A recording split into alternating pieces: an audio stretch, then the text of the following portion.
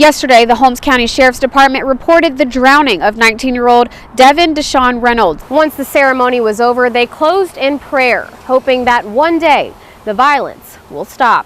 Devin and Reg, I don't know if you've been to the city of Enterprise lately, but it is booming with business. It has grown so much. Earlier today, I did get to go to 3 local businesses who have recently moved to downtown Enterprise. The Boys and Girls Club of Southeast Alabama is the perfect place to be for the summer, right? We are Boys and Girls Club!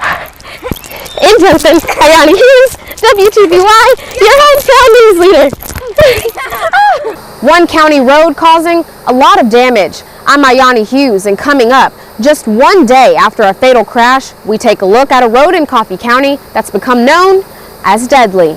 Police tell us that the trio did not return from their fishing trip on Wednesday, but all 3 men have been found. Summer temperatures are at their highest, and with the humidity, it feels even hotter. But Rehoboth High School band director says he did everything he could to ensure there were no heat-related illnesses or injuries during band camp. And the message doesn't stop after November 6th. They're stressing the importance of community groups to help increase long-term partnerships after the election. One of the most popular myths is that using your AC is one of the quickest ways to burn your gas. Local technicians say that myth is busted. What was an active shooter situation in Panama City? I'm Iyani Hughes, and coming up, what we know so far, and a neighbor speaks out on her experience. These aren't just your ordinary bathroom stalls. They're painted with inspirational messages to hopefully be the positive light in a moment of darkness. People who knew him say Riley was a special kid, not only in the classroom, but on the field as well. Global trade rifts all across the world, but could this potentially affect the Wiregrass? And I'm sure you're wondering how it works. Well, as soon as you find a bike, you take your phone, scan the QR code, the bike unlocks, and you're ready to go. There are many pieces to the puzzle that make up the Westgate Tennis Center, but according to the staff, that puzzle wouldn't be complete without Carol. She takes care of everything. We need to stop the violence. That's all it is that you can say. Stop the violence. Elaine Blackshire is passionate about the Wiregrass Angel House and the work they do. She lost her son just a few years ago. It's been 5 years, 5 months, and 12 days. And we truly miss him. Thank God for victims of crime, for Angel House to come together, for people that you know that did the same thing, went through the same thing that I went through, that we went through. She and about 200 others paused to reflect on the National Day of Remembrance, hoping to honor those who've lost their lives to violent crimes. And let us know that we're not alone, that we can work together, pray for each other, and the strength of God will take us all through it. These crosses represent 173 people who've been murdered in the Wiregrass, and that's just a fraction of the lives lost. Among them is Kim Field's brother Daniel. He was murdered 4 years ago while playing basketball in Dothan, leaving behind 4 kids and a fiance. The people that commit these crimes have no regards to the hurt that they leave the community with. Although each day is a struggle, Kim made it her mission to fight for justice for these victims. You know, as a survivor, we're going to always speak for them. We're going to always seek justice for them. And we won't stop fighting until we don't have any breath left in us. Once the ceremony was over, they closed in prayer, hoping that one day the violence will stop. In Dothan, Iyani Hughes, WTVY, your hometown news leader. She's a warrior. She hasn't given up no matter what's been thrown at her. She constantly smiles, encourages others, doesn't slow down. She is Lily Mott, a 9-year-old warrior facing 3 pretty difficult life challenges. She has stage 2 planktonic astrocytoma, stage 2 brain cancer. She's got hydronephrosis of the right kidney. Her right kidney doesn't function all the way, and they just found out she has underacting thyroid, so her thyroid's not acting properly. It's hard to handle.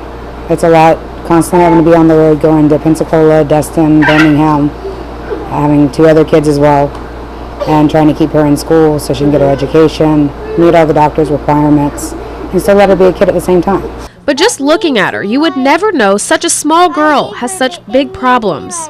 Lily says she does her best to just be a normal kid. I don't even think about it. I just think about being a kid, like playing with my friends and everything. I don't even think about it.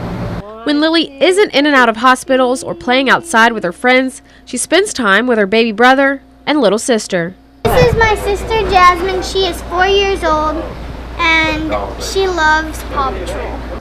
And colors in her coloring books.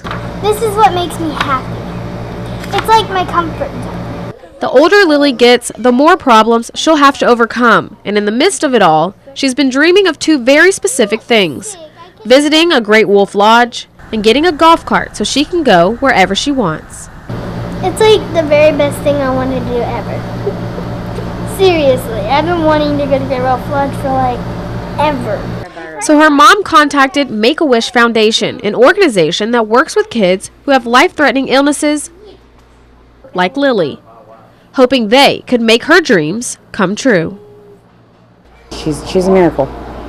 It gives me hope that no matter what I go through, I can get through it if she can, and so can anybody else. A tragic ending to what would have been a new beginning. Early Wednesday morning, Chevalier Paul was shot and killed in Albany, Georgia. There are no words to express the heartfelt sympathy and the hurt of it all. The 45-year-old was supposed to marry Stacy Rivers this weekend in Defuniak Springs. The working man from Dothan is the son of Highlands Elementary's principal, the late Vernell Paul.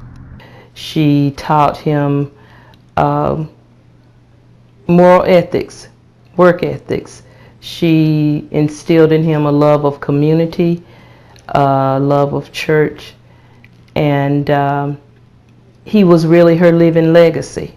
Although Chevalier was a victim of a crime, he was much more than just a face of tragedy. He worked hard day to day, but his real passion, the film industry. Action. His most recent work is in the local film Tumbleton Road. His castmates say it was clear he had big dreams. I think Chevalier, like Jesse said, really wanted to be an actor more so, but he learned and taught himself to get into a lot of things, the filming business. He never gave up. He never just looked like he was self-sustainable. He was a real good person to have on set, real good character. Made the whole experience a lot more lighthearted for everybody. He's a really good guy. A good guy who was caught in a senseless shooting and is sure to be missed by many.